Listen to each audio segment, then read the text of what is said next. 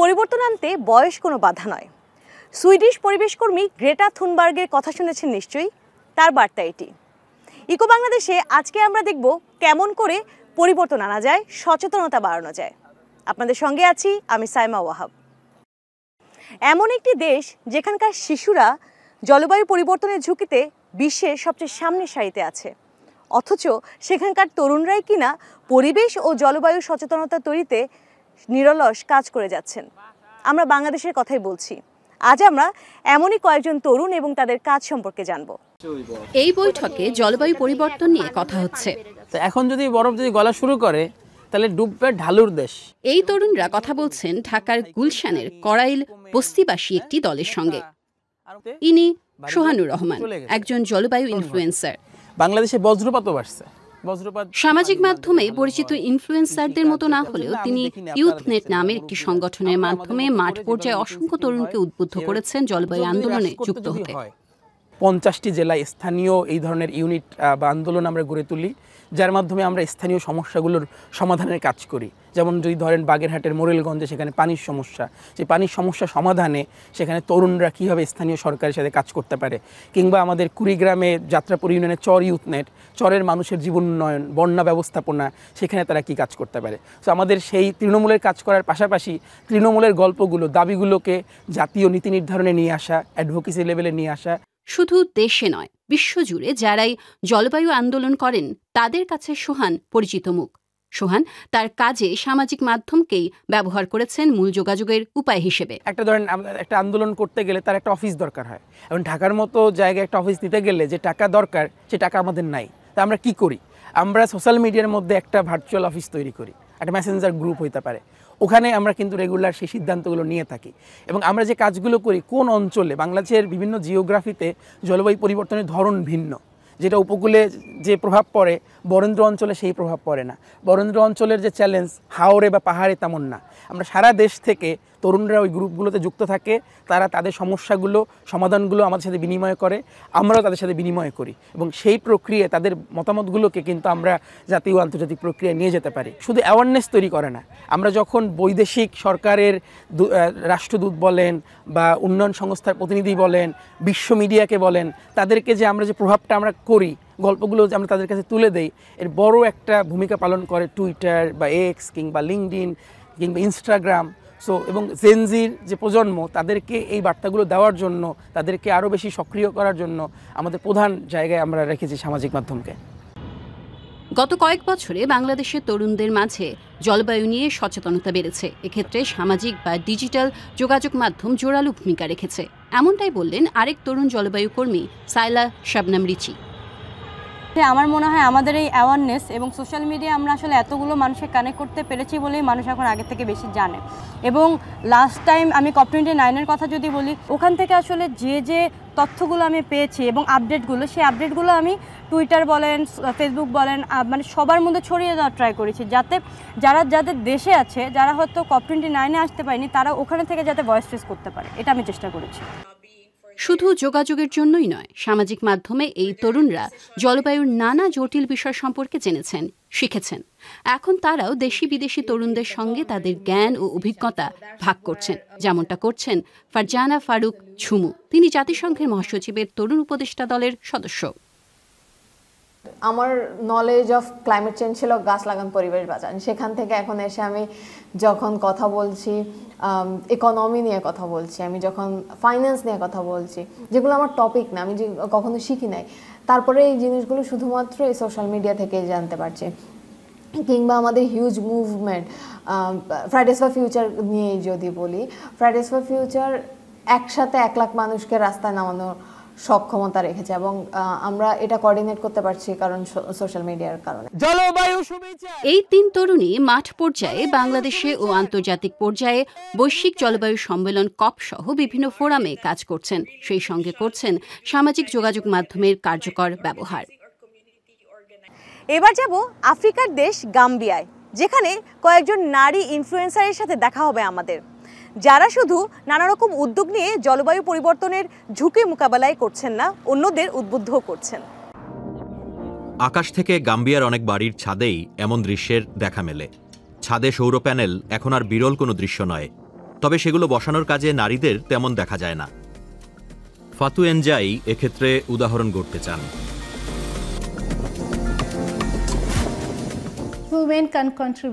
নারীরা জলবায়ু পরিবর্তনের বিরুদ্ধে লড়াইয়ে অবদান রাখতে পারে, কারণ তারা বাড়িতে জ্বালানি ব্যবহার করে।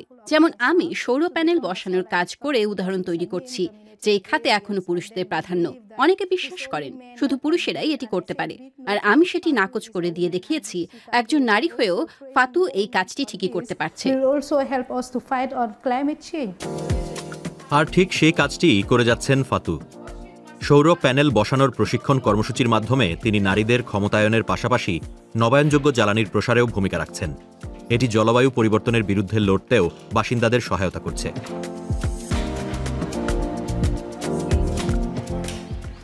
জলবায়ু পরিবর্তন রোধে প্রশিক্ষণ স্কুল গুরুত্বপূর্ণ ভূমিকা রাখছে। প্রথমত, আমরা স্থানীয় কমিউনিটির ক্ষমতায়ন করছি। যেমন আমাদের যে দক্ষতা আছে তা আমরা প্রশিক্ষণের মাধ্যমে তাদের দিচ্ছি। তারা নবায়নযোগ্য জ্বালানি নিয়ে জানছেন, জীবাশ্ম জ্বালানি ব্যবহার না করার বিষয়ে জানতে পারছেন, কারণ তা জলবায়ুতে কী প্রভাব রাখছে সেটি আমাদের সবার জানা। জ্বালানি বিষয়ে আমরা তাদেরকে দায়িত্বশীল হওয়ার ব্যাপারে প্রশিক্ষণ দিই। জলবায়ু পরিবর্তনের ব্যাপারে সচেতনতা বাড়ানো এবং পরিবেশের যত্ন নেওয়ার জন্য এ নিয়ে জানাশোনা থাকা দরকার। I want to ask again, like I said, I'll be asking a lot of questions. What is climate change? Yeah? পরিবেশকর্মী মাইমুনা জাবি একটি প্রাথমিক বিদ্যালয়ে পরিবেশ বিষয়ে ক্লাস নিচ্ছেন। রাজধানী বানজুলের কাছে আবুকো শহরের এই বিদ্যালয়ের শিক্ষার্থীরা মৌলিক বিষয়গুলো সম্পর্কে জানতে আগ্রহী। জলবায়ু বা পরিবেশগত বিষয়গুলো এখন গুরুতর হয়ে উঠেছে, কিন্তু এখানে বড় ধরনের ব্যবধান রয়ে গেছে, কারণ তারা এখনো কিছু সমস্যা ও ইস্যুর কথা জানে না। কিন্তু এই পর্যায়ে তাদের আরও প্রস্তুতি থাকা প্রয়োজন। সেজন্যই আমরা কিছু বাড়তি সেশনের মাধ্যমে এই শূন্যতা কিছুটা পূরণের চেষ্টা করছি। ক্লাসের শিক্ষার্থীরা স্কুলের আঙিনায় ফলের গাছ লাগিয়ে তা দেখাশোনা করে। এর মাধ্যমে তারা ভবিষ্যৎ প্রজন্মের ব্যাপারে দায়িত্বশীল হওয়ার শিক্ষা পায়। ঠিকভাবে গাছের যত্ন নিলে ভবিষ্যৎ শিক্ষার্থীরা আরও ছায়া পাবে, ফলও খেতে পারবে।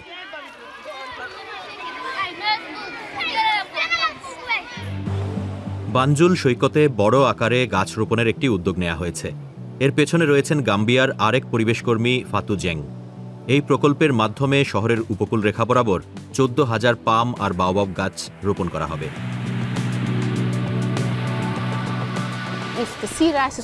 সমুদ্রের উচ্চতা 1 মিটার বাড়লেই আমরা তলিয়ে যাব। সমুদ্রের উচ্চতা বাড়লে বানজুল আক্রান্ত হবে। নারকেল বা বাওবাব গাছ সেক্ষেত্রে খুবই গুরুত্বপূর্ণ। অন্তত উপকূলীয় মাটির ক্ষয়রোধে এগুলো জরুরি। এই গাছগুলো প্রতিরোধ বা বাধা তৈরি করে সমুদ্রের উচ্চতা বৃদ্ধির চ্যালেঞ্জ মোকাবিলায় সহায়তা করতে পারে।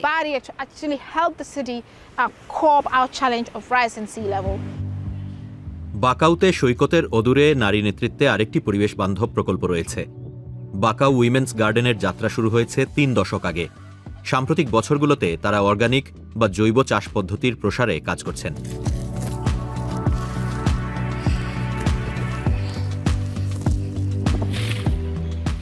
জৈব খাবার সরবরাহের পাশাপাশি বাসিন্দাদের জৈব চাষ পদ্ধতি সম্পর্কে শেখানোও এই বাগান প্রকল্পটির মূল লক্ষ্য।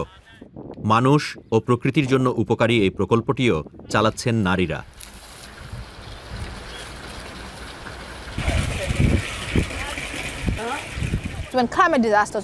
জলবায়ু দুর্যোগে নারীদের জীবিকা উল্লেখযোগ্যভাবে আক্রান্ত হবে। আমরা দেখছি সমাজ কতটা পুরুষতান্ত্রিক। জলবায়ু পরিবর্তনের সঙ্গে মানিয়ে নেওয়ার জন্য প্রয়োজনীয় সম্পদে নারীদের এখনো যথেষ্ট অধিকার নেই। এমনকি আগাম সতর্কবার্তার ক্ষেত্রেও প্রযুক্তিগত ব্যবহারে নারীরা পিছিয়ে রয়েছে।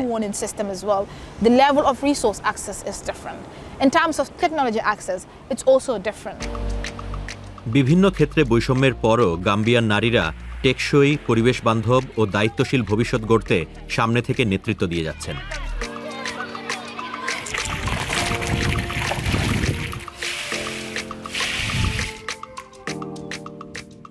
আপনি যদি পরিবর্তন আনতে চান, তার জন্য ছোট ছোট আইডিয়াই যথেষ্ট।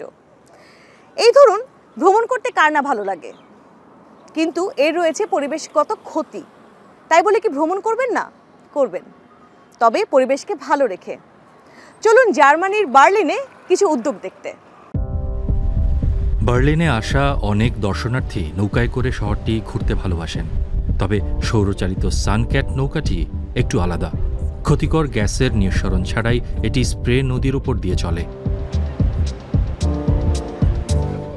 নৌকার মালিক লুইসা আরেন্সের আগে ডিজেল চালিত নৌকা ছিল। এর বিকল্প খুঁজতে গিয়ে তার মাথায় এই ভাবনা আসে। আগের নৌকাটিতে ঘন্টায় 40 লিটার পর্যন্ত ডিজেল খরচ হতো বলে জানালেন তিনি। সৌরশক্তি চালিত এই নৌকা নদী তীরের কোনো ক্ষতি করে না, এতে কোনো গন্ধ বেরোয় না, নিঃশব্দে চলে। বার্লিন বিশ্বের সবচেয়ে পরিবেশবান্ধব পর্যটন কেন্দ্রগুলোর একটি।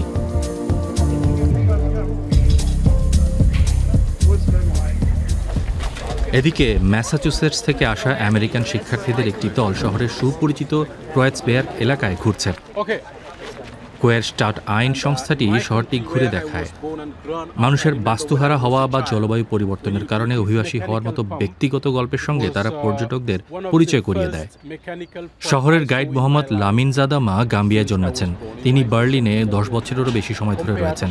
দেশে তিনি দেখেছেন জেলেদের জালে আগের মতো মাছ ধরা পড়ে না, খরার কারণে কৃষকেরা ভালো ফসল পায় না। এখন বার্লিনে এসে সম্পূর্ণ আলাদা জীবন দেখছেন তিনি।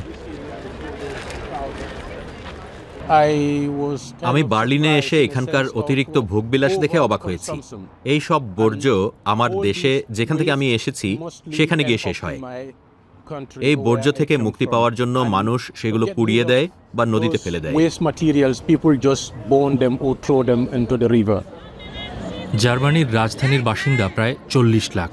তবে 2024 সালে 3 কোটি পর্যটক এই শহরে রাত কাটিয়েছেন। তাদের মধ্যে প্রায় অর্ধেক এসেছিলেন জার্মানির বাইরে থেকে। এত ভিড় সত্ত্বেও গ্লোবাল ডেস্টিনেশন সাস্টেনেবিলিটি সূচকে মহানগরী ও বড় শহরের বিভাগে বার্লিন 5ম স্থানে উঠে এসেছে।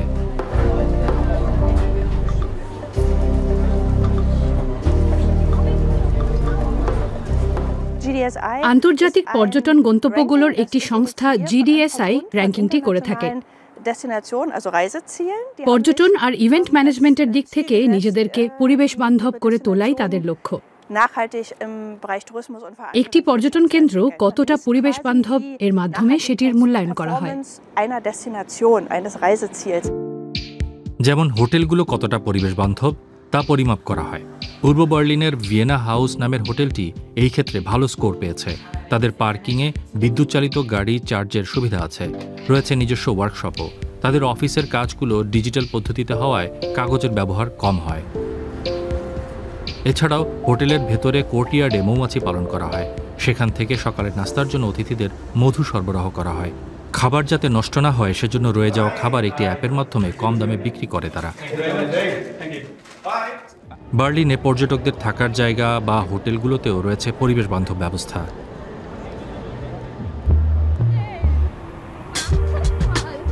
টেম্পেল হোফারফেল্ড নামের এই জায়গাটি একসময় অভ্যন্তরীণ বিমানবন্দর হিসেবে ব্যবহৃত হতো। 2008 সালে এখান থেকে শেষ বিমানটি উঠেছে।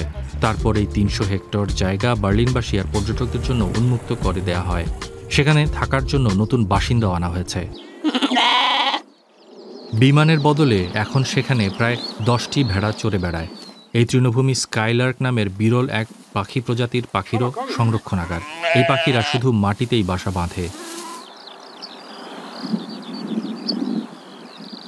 ঘাস কাটার যন্ত্র ব্যবহার করা হলে পাখিদের বাসা নষ্ট হয়ে যাবে, আর সেজন্যই বিকল্প হিসেবে পার্কে ভেড়া ছেড়ে দেওয়া হয়েছে। সেগুলো এখন এখানকার পর্যটকদের অন্যতম আকর্ষণ। কিন্তু বার্লিনের সবকিছু সাজানো গোছানো তেমনটা অবশ্য নয়। শহর জুড়ে রয়েছে আবর্জনার সমস্যা। বার্লিনের রাস্তায় প্রতি বছর 45,000 টন আবর্জনা জমা হয়। এর মধ্যে ফেলে দেয়া কফি কাপ সবচেয়ে বেশি দেখা যায়।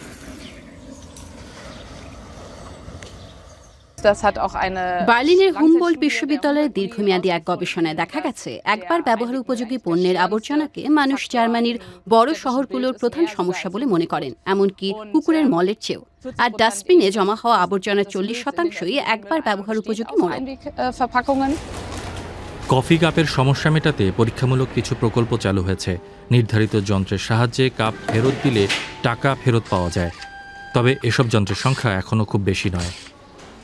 আরও অনেক কিছু করা প্রয়োজন, তা ঘুরতে আসা আমেরিকার শিক্ষার্থীরাও জানতে পেরেছেন। এই ভ্রমণের কারণে পরিবেশ নিয়ে তারা নতুন করে ভাবছেন। গাইড মুহাম্মদের সঙ্গে কথা বলে তার বৃহত্তর চিত্র দেখতে শুরু করেছেন। আপনি অনেকটা অপরাধ বোধে ভুগবেন। আমার মনে হয় এর ফলে আপনি নিজের জীবনযাত্রা সম্পর্কে আরও সচেতন হবেন। কোনো জিনিস কেনার আগে বা ফেলে দেওয়ার আগে এই বিষয়ে সবসময় সতর্ক হতে হবে যে এর প্রভাব পুরো দুনিয়ার মানুষের উপর পড়বে। তবে সৌরচালিত নৌকার অনেক আরোহী জানিয়েছেন কাকতালীয়ভাবেই তারা এই নৌকা বেছে নিয়েছেন। পরিবেশের কথা চিন্তা করেছেন তেমনটা নয়, অর্থাৎ পরিবেশ বান্ধব জীবনযাপন এখনও সবার কাছে ততটা গুরুত্বপূর্ণ নয়।